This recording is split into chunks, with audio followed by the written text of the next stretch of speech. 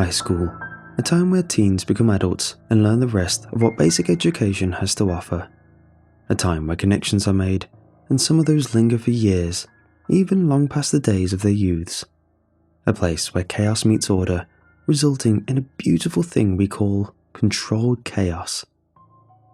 I'll admit, I was nervous to start physical high school as a sophomore, after quarantine caused my freshman year at high school to be at home. I'm not going to lie, I did very poorly my freshman year, and only moved on to the sophomore year because there were so many students flunking their classes for the same reason as me, that the school corporation couldn't possibly afford to hold students back, and everyone just went on with the next year. I would still say I'm lucky, however, as I have some friends in this with me. 3, not counting the ones who moved off but still contact me. Their names are Brandon, Seymour and Catherine, or Kat as we call her. We've all been together since our first year in middle school, except for Brandon. He and I go way back to first grade, and despite some rough patches in our friendship, we're still incredibly close. Brandon and I also share the same bus route, so we often talk on the bus about our lives, family, pets, you name it. Seymour and Catherine are unfortunately on a completely different bus route than Brandon and me, so we don't get to have early morning conversations, but I do happen to share a few classes with Seymour and Catherine. Seymour and Kat are both in my gym class every other day, and Seymour is in my English class on the same day as my gym class.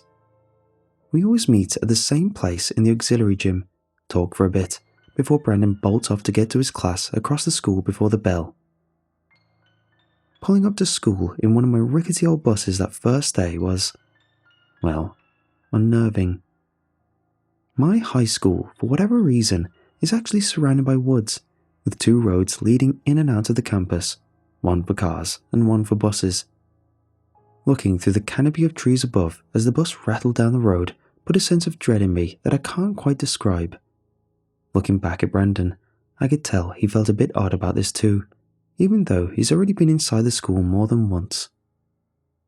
The road was desolate as always, which honestly makes sense, seeing as to how there's only a small gas station, the high school, and an abandoned building down that way. Most townsfolk would never come here unless they had business in that area, so in a sense, this area was cut off from the world. Brandon cracked a few jokes about how we seemed to have just wandered right into Silent Hill almost, to which I laughed, and occasionally made a snarky remark back to him. As we pulled up to the school, I could already tell that the first day would either go horribly bad or impossibly well, no in between. The building looked aged and weathered, but kept up to date just barely so that it wouldn't be condemned. The parking lot on one side was barren, no cars or people in sight, just the cracking concrete with the street lights above them, occasionally flickering. The other side was full of cars, but still in the same rundown state. As we pulled slowly towards the area where the buses unloaded, Brandon made a comment to me that stuck out. "Did you know this school has a basement?" I didn't really know how to respond in all honesty. I wasn't surprised at the statement, as a school this large would have a basement without anything weird going on. Yet Brandon still said it in a manner that made it seem odd, mysterious, and even foreboding in some ways. I eventually told him that I wasn't really surprised, as I began to gather my belongings to get off the bus. "It's been here for forever, but no students are allowed in," he stated before popping a joke about there being a secret torture chamber below the tile floors of the hall. I told him that it was probably just a storage room, or perhaps rooms that were intended for classes but were deemed unfit for day-to-day use, so they may have just closed it completely. As the bus slowed to a halt, Brandon smiled at me. "We should go down there at some point, you know." I chuckled a bit at this statement as the bus door opened with a hiss, as the whole vehicle began to sway as the students got off in a single file line. Brandon eventually jumped up, in between this girl, who honestly looked too old to be attending high school, and a really tall kid who I later learned was named Brian. He blocked the other students from leaving for the moment it took me to get into the line, and we got off together and into the pale, cracked sidewalk leading up to the side entrance of the building. As we walked through the muggy summer morning heat, Brandon asked me where I was headed. "Gym, I believe," I replied, hoping I'd remembered the schedule right. "Ah, I can take you there," Brandon said, speeding up just a bit to almost guide me into the building. As I set foot onto one of the concrete stairs leading into the side entrance, I got this strong, nostalgic feeling deep within me as my mind made an effort to recall the very first time I set foot into my elementary school. I paused for the briefest of moments before I stepped forward more and up those last few faded steps and into a threshold and through the door following Brandon. Entering the building, I was hit with a still air that made me cough a little.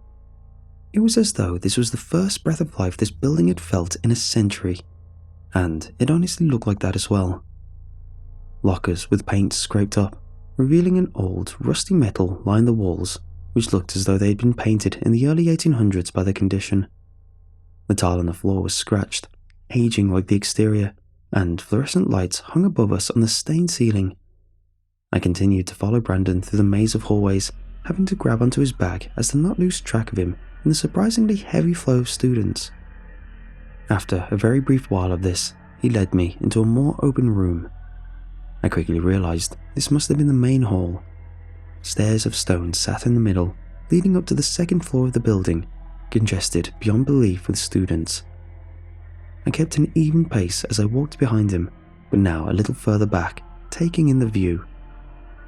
After some time, he led me down a hallway that actually was remarkably well kept. The lights were shining bright, and the floor looked unscathed. The walls weren't painted, but the brick looked freshly washed.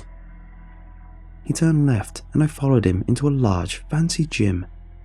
The court was on the lower level, and the bleachers we were walking past were raised up to view the games that would take place here. The gym floor looked newly waxed, and I kept following Brandon as I looked around the almost spotless gym. He then took me down another short hall to the left of the gym, and into another, smaller gym. This one was notably less kept, and it looked like the rest of the school.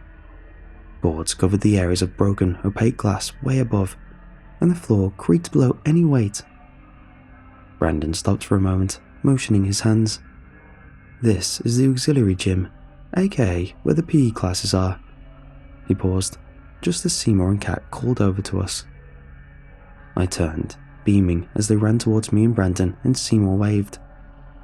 "Hey y'all, long time no see," Kat said, stopping barely 2 inches from me.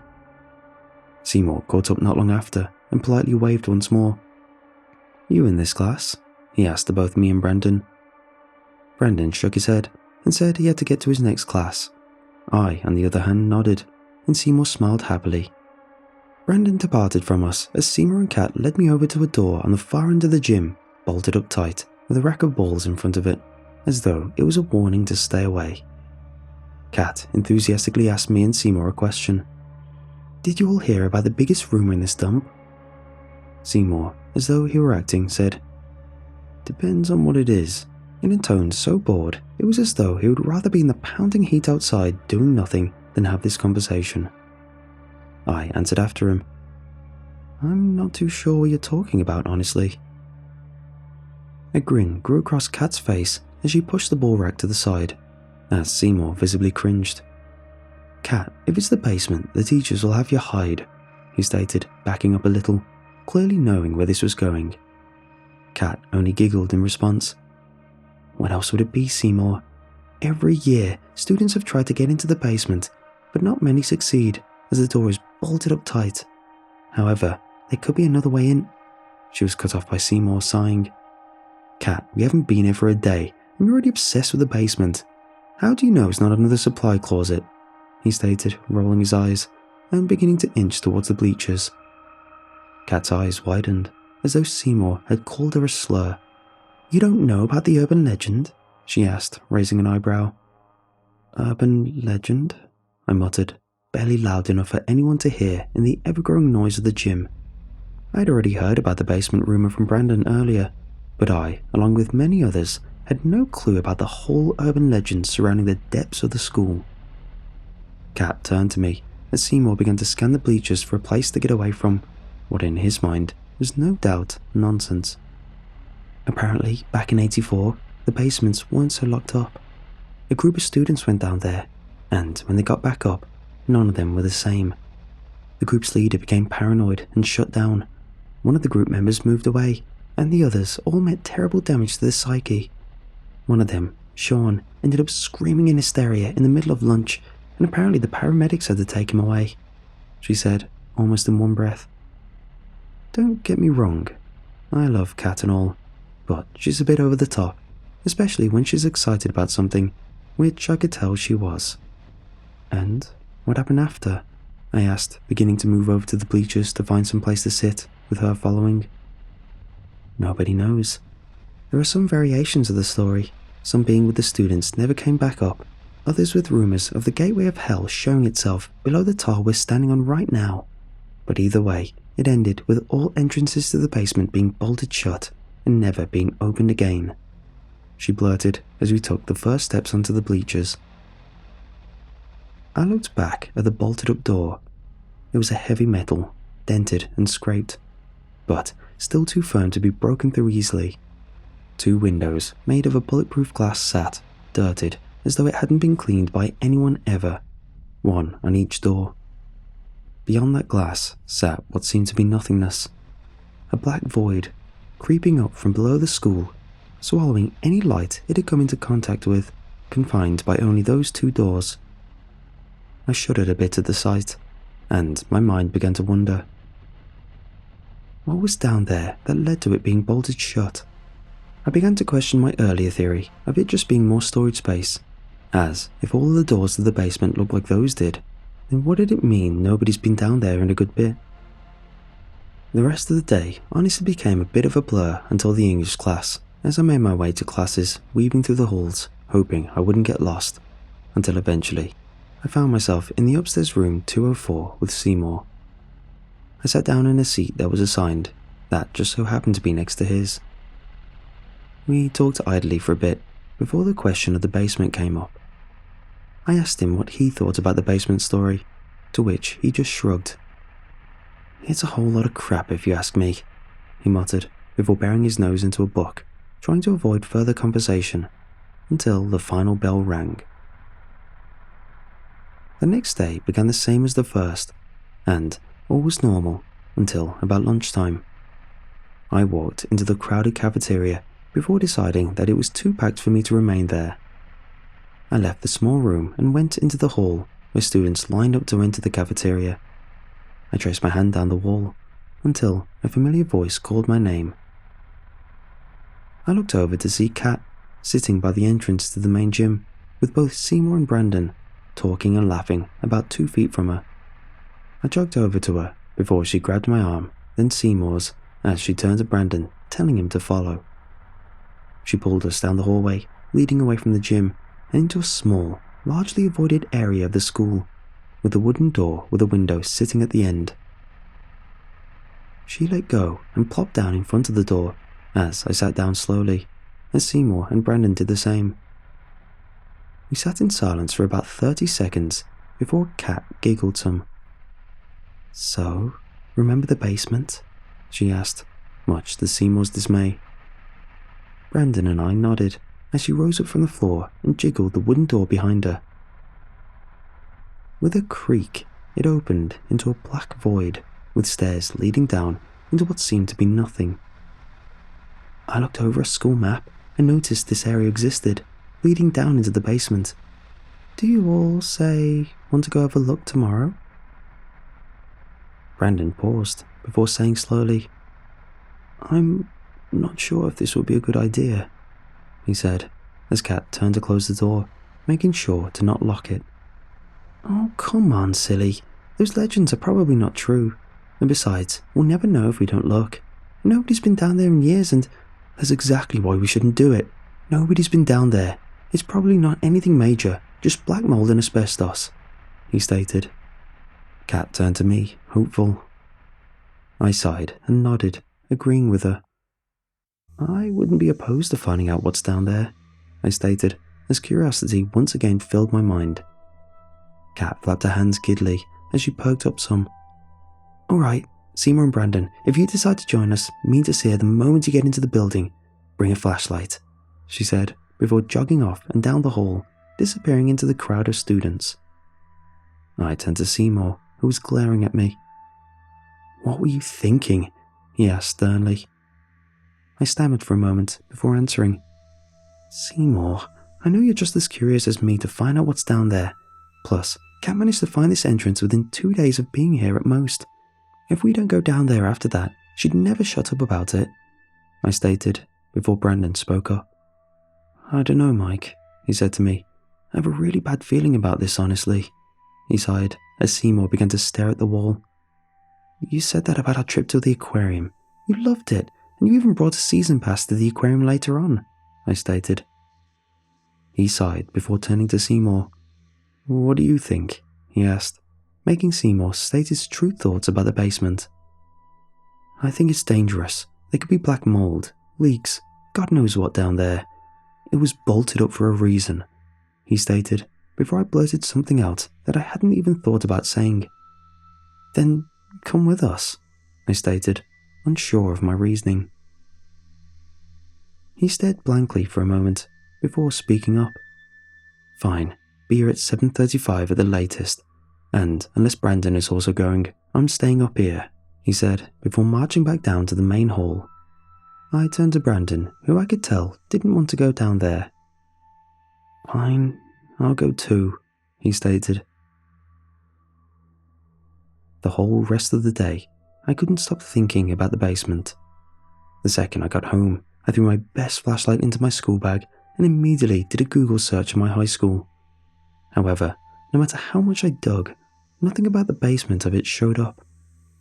I ended up searching so long into the night that I fell asleep at the computer. Upon waking up, I immediately saw the time. 6:45 a.m. I panicked, jolting upright and grabbing my almost dead phone before throwing the nearest pair of shoes on and grabbing my bag. I booked it out of the front door just as the bus began to pull up.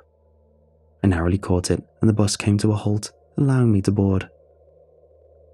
I immediately took to Brandon, who looked incredibly anxious about the upcoming event.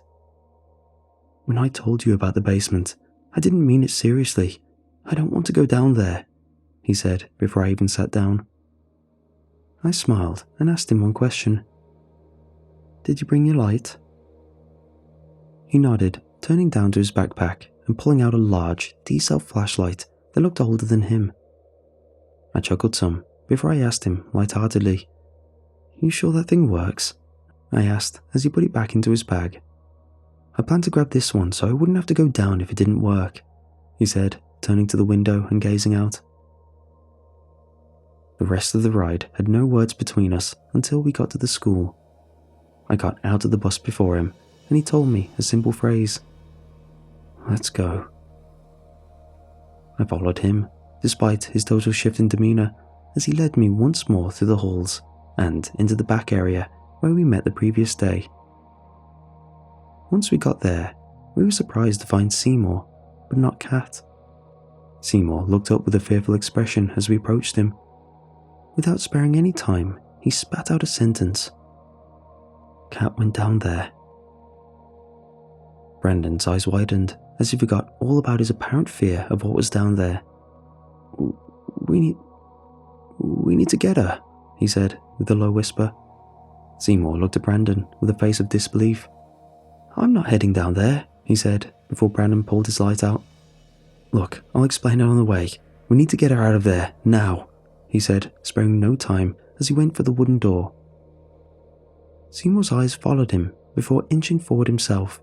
I stepped forward just as Brandon opened the door up, revealing the darkness once more. "You made a deal," I said to Seymour, urging him to follow. He sighed but nodded, pulling his phone out for a light. One by one, we shuffled into the darkness until all three of us were on the landing before the flight of stairs leading into the basement. I turned my light on and shone it around as Brandon closed the door most of the way. "We need to hurry," he said as he urged Seymour and I down the flight of concrete steps. Whereas the main stairway looked run down, this one put it to shame. Stains from God knows when decorated the surface of the stone stairs, and various scratch marks accompanied them. Cracks in the stairs also became evident before I had even reached the halfway turn, and I shone my light up and in front of me, cutting through the darkness. What sat in front and below me was horrifying. A dark, wet hallway that seemed to mirror the one we were just in jutted forward, leading into what seemed to be nothingness as the temperature dropped as I descended. Seymour and Brandon trailed behind me as they turned the lights on.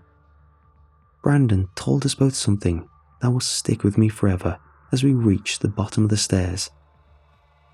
"I don't care what you see or hear, we need to stick together, and the second we find Kat, we need to book it back upstairs," he said, as I wondered what he knew about the basement. I showed my light down the hall to my left as the darkness in front of me took back over. Brandon glanced around before urging us down the hall. We walked into the pitch darkness, now in a temperature almost as cold as the winter's night, whispering among ourselves. Our feet clattering the floor was the only other sound to be heard, and the smell became mustier and mustier the further we walked. It was clear we were one of the first to set foot in here in forever. I showed my light above me, as Brandon and Seymour's illuminated the path I was pointing mine down. The pipes and wires sat exposed above us, and every light bulb we crossed was shattered. It became clear that the basement was abandoned before it was ever finished as we travelled further into the darkness for what felt like an eternity, before Seymour paused. His phone was ringing. I stopped my walk and went over to him as he accepted a call from our missing friend. It was Kat. He put the phone onto speaker just as she asked a question. "Where are you all?"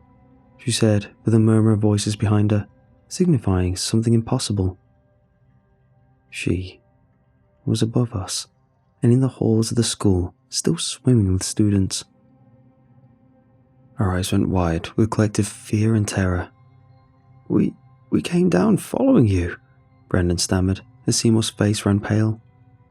My hands grew cold, and I felt sick at her response. "I haven't even gone into the basement yet," she said, as my eyes focused on Seymour. He stammered his response out. I saw you go down there," before silence. My blood ran cold as Kat stated her next sentence. "I'm right outside the entrance we agreed on." I stared at Seymour, shaking. "Then how did Seymour see you?" I asked. Seymour's face contorted in fear of something behind me, as Brandon turned to face the same thing he was, all blood draining from his face. I spun on my heels, shining my light in that direction, as Seymour muttered one line. "What the hell?" I backed up some out of instinct, as my light fully illuminated what the others were staring at. Its body had spindly legs, too thin to be humans. The torso appeared to just be a thin stick, barely holding the body together. Its arms dangled to the floor, tapping my foot lightly before pulling away. And its face was demented. Its skin was seemingly pulled back from its pale face, and several sunken eyes stared at me. Below it was what I presumed to be its mouth, but all I saw was a black, gaping hole. It stepped forward, impossibly quiet, as I stood there in pure shock and horror, before I felt a pull from behind. I turned around, dropping my light, leaving it to idly beam on that thing. I was being pulled by someone, quickly away from whatever that thing was. I was pulled through the destroyed hallways, and someone dragged me behind them before I found my feet on my own. I ran quicker than I ever ran before, following the patter of the persons ahead of me's footsteps. We tore down the hall, and I was certain that thing would grab me up and pull me back into that damn darkness. The feeling I felt when I saw the light shining in from the landing is indescribable, as the silhouettes of Brandon and Seymour became more and more clear as we got closer. We ran up the first set of stairs before I turned to look back into the dark. That face peered at me from the darkness. It followed us without making a sound as it crept towards the stairs. I jumped up the stairs as Seymour and Brandon dashed through, back into the light. I ran through the threshold, tripping onto my face as I made it through, as the door slammed shut behind me. I looked up, only to see Kat staring at me in abject confusion. Brandon stepped forward, and Seymour did as well. I shuffled to my feet and told Kat everything. I could tell she didn't believe a word of it as she bounded to the door, only to be stopped by Seymour. He grabbed her hand, pulling her away from the door and down the hall. The moment I stood up, I was instantly nauseous as Brandon ran off to God knows where. I went home sick that day and haven't been back since. I haven't heard from Seymour until today, and Brandon only once. A simple text stating one thing: we're not doing this again. Kat, on the other hand, has been calling me non-stop, demanding to know what was going on, accusing me of making this up, etc. My parents are growing suspicious of my new behaviour, but still think I'm too sick to go back to school. And honestly, I hope it stays that way. Seymour messaged me recently, telling me that he was moving, and honestly, I can't blame him. I responded back, wishing him the best of luck, and that was that. It's only been 3 days since we went into that basement, and honestly, if you ever come across an area that you should avoid it. Those areas are closed off for a reason.